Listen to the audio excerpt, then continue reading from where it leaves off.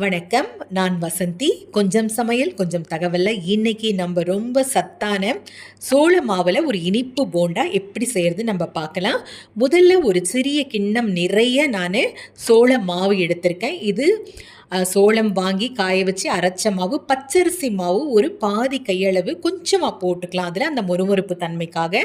அதே கிண்ணத்தில் பாதி அளவு வெல்லம், அதாவது பொடிச்ச வெல்லம் இப்போ கடைகளில் கிடைக்குது, அந்த வெல்லமே வாங்கிக்கோங்க. இந்த கிண்ணத்தில் முழுக்க நான் சோள மாவுனா பாதி கிண்ணம் வெல்லம் சேர்த்துருக்கேன்.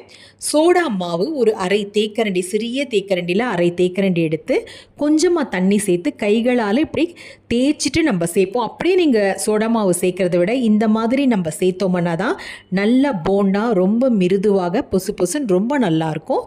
கொஞ்சம் தண்ணி அலசி நம்ம ஊற்றிப்போம். சோள மாவு பார்த்திங்கன்னா எல்லாருக்குமே ரொம்ப நல்லது. இதய நோயாளிகள், நீரிழிவு நோய் உள்ளவங்க எல்லாருக்குமே சோளம் ரொம்ப நல்லது.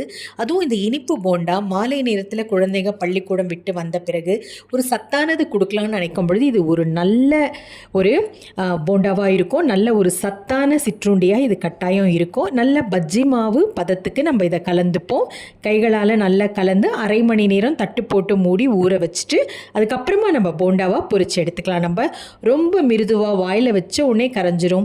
மற்ற போண்டாக்களை விட இது அவ்வளோ சுவையாக இருக்கும். நீங்கள் செஞ்சு பார்த்து சாப்பிட்டு கட்டாயம் சொல்லுங்கள்.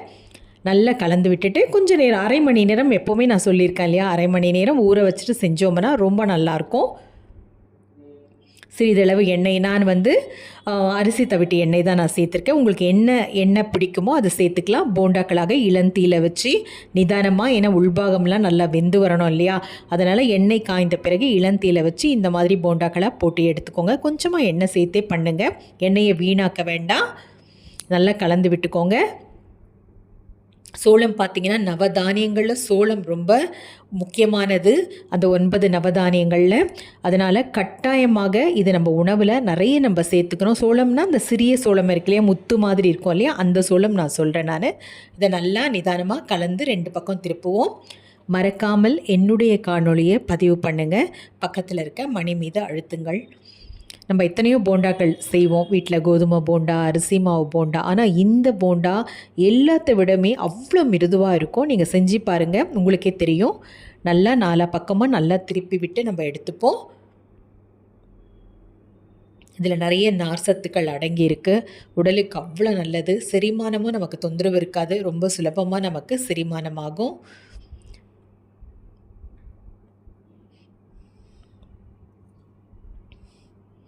நல்லா வெந்து வந்திருக்கு. இளந்தீலையே நான் வச்சு செய்கிறேன். நீங்கள் வேணும்னா மிதமான தீயில கூட வச்சு செய்யலாம். ஏன்னா உள்பாகம் நல்லா வேகணும், அதுக்கு தான் நான் இளந்தீயில வச்சு நான் செய்கிறேன். நான் நல்லா கலந்து விட்டுப்போம்.